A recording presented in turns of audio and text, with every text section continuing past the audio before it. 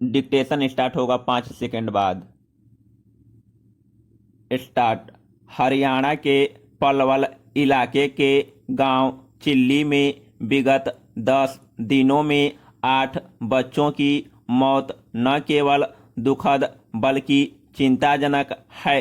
जो बच्चे बुखार के चलते काल के गाल में समा गए, उनकी उम्र 14 साल से कम है। खास पलवल से 20 किलोमीटर दूर स्थित इस गांव में 25 से ज़्यादा टीमों ने डेरा डाल रखा है। बच्चों में लक्षण तो डेंगू के दिखे हैं, लेकिन डॉक्टर अभी तक पुष्टि नहीं कर सके हैं। बुखार का कहर यह गांव करीब 3 सप्ताह से झेल रहा है। आम तौर पर इस मौसम में मौसमी बीमारियों का प्रकोप होता है और लोग भी मानसिक रूप से इसके लिए तैयार रहते हैं। लेकिन जब कोई बुखार सप्ताह भर का समय भी न दे तो परिजन या चिकित्सक का चिंतित होना वाजिब है। यह चिंता विश्व स्वास्थ्य संगठन तक भी पहुंच गई है। कोई आश्चर्य नहीं कि डॉक्टरों और अधिकारियों ने गांव में डेरा डाल दिया है और निमोनिया से लेकर मच्छर जनित रोगों तक तमाम आशंकाओं को टटोला जा रहा है। इस गांव में साफ सफाई की भी समस्या बताई जा रही है, जो स्थानीय जनप्रतिनिधियों और अधिकारियों के लिए शर्म की बात होनी चाहिए। पैरा। हरियाणा के चिल्ली गांव से उत्तर प्रदेश का फिरोजाबाद करीब 177 किलोमीटर दूर है। वहाँ भी बुखार का गहरा साया है। 3 सप्ताह में करीब 60 लोग जान से हाथ धो बैठे हैं। यहाँ भी डेंगू की ही आशंका है, लेकिन पुष्टि का इंतजार है। तेज बुखार और प्लेटलेट्स का कम होना स्वाभाविक है, लेकिन इसके अलावा भी कुछ लक्षण हैं जिनकी वजह से डॉक्टर एकमत नहीं हो रहे। चिल्ली हो या फिरोजाबाद या बिहार का गोपालगंज, हर जगह चिंता है। बिहार में करीब 40 बच्चों की मौत हो चुकी है। वायरल पीड़ित बच्चों से कई अस्पताल भरे हुए हैं। मुख्यमंत्री नीतीश कुमार ने भी कहा है कि हम सचेत हैं, तो हमें आगामी दिनों में बच्चों के इलाज की बेहतर व्यवस्था देखने को मिलेगी। वास्तव में हम मौसमी बीमारियों को कुछ ज़्यादा ही सहजता से लेते आए हैं। 3 बातें तो बिल्कुल साफ है। सबसे पहले तो हमें अपने और परिवार समाज के स्वास्थ्य के प्रति बहुत सचेत रहना चाहिए। दूसरी बात, आसपास के परिवेश के प्रति सजग रहना चाहिए। आसपास की सफाई के प्रति लोग अपनी सामाजिक जिम्मेदारी को भूल ही गए हैं। शहरों में भी साफ सफाई की जो व्यवस्था होती है, उसमें आम स्थानीय लोगों की कोई भूमिका नहीं होती है। साफ सफाई को हमने पंचायतों या नगर पालिकाओं का काम समझ लिया है।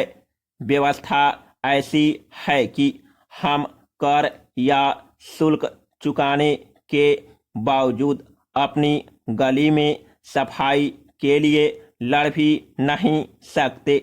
गांव से शहर तक मच्छरों और अन्य कीटों को पनपने का पूरा मौका मिलता है और मौसमी बीमारियां भी जानलेवा हो जाती हैं।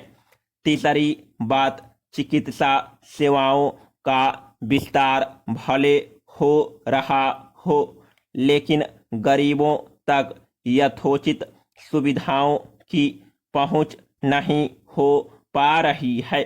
आखिर लोग अस्पताल तभी क्यों पहुंचते हैं जब इलाज की संभावनाएं हाथ से निकलने लगती है। अस्पताल और मरीज के संबंध को सद्भावी बनाने के लिए क्या हम कुछ कर सकते हैं?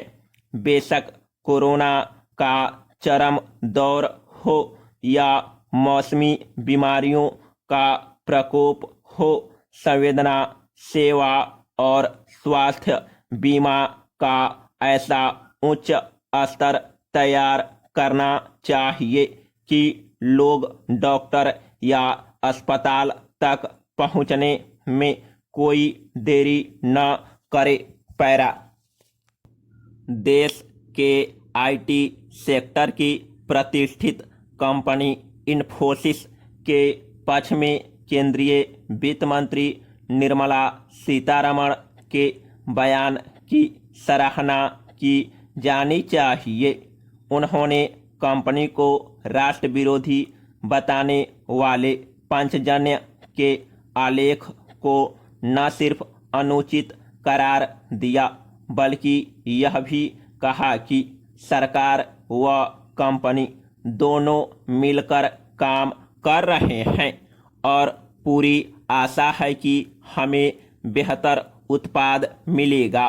गौरतलब है कि राष्ट्रीय स्वयंसेवक संघ से जुड़ी इस साप्ताहिक पत्रिका ने अपने मुख्य आलेख में पिछले दिनों जीएसटी व आयकर पोर्टलों में आई खामियों को देश की अर्थव्यवस्था को अस्थिर करने वाला बताया था। अपने बेहद आक्रामक आलेख में इसने कंपनी पर टुकड़े टुकड़े गैंग का मददगार होने का आरोप भी मढ़ दिया था। हालांकि आरएसएस ने फौरन इस लेख से खुद को अलग कर लिया था, बल्कि उसने तो पांचजन्य को अपना मुखपत्र भी नहीं माना। पैरा, वित्त मंत्री का बयान आरएसएस के त्वरित स्पष्टीकरण के मुकाबले कुछ देरी से जरूर आया है, पर यह देश के औद्योगिक क्षेत्र के मनोबल के लिए बहुत जरूरी था। एक ऐसे वक्त में जब अर्थव्यवस्था को उद्योगपतियों और औद्योगिक क्षेत्र के विशेष सहयोग की आवश्यकता है, ऐसे माहौल कतई नहीं बनने देना चाहिए जिससे वे निराश हो या उनकी प्रतिबद्धता पर किसी तरह के संदेह की गुंजाइश बने। निस्संदेह इन पोर्टलों की तकनीकी खामियों की आलोचना की जा सकती है कि इन्हें लॉन्च करने से पहले पूरी तरह दोषमुक्त क्यों नहीं किया जा सका, लेकिन तकनीकी दुनिया में यह कोई अनहोनी बात नहीं है। उत्कृष्ट वैज्ञानिकों की वर्षों की मेहनत, अरबों की लागत किसी तकनीकी कमी की वजह से सेकंडों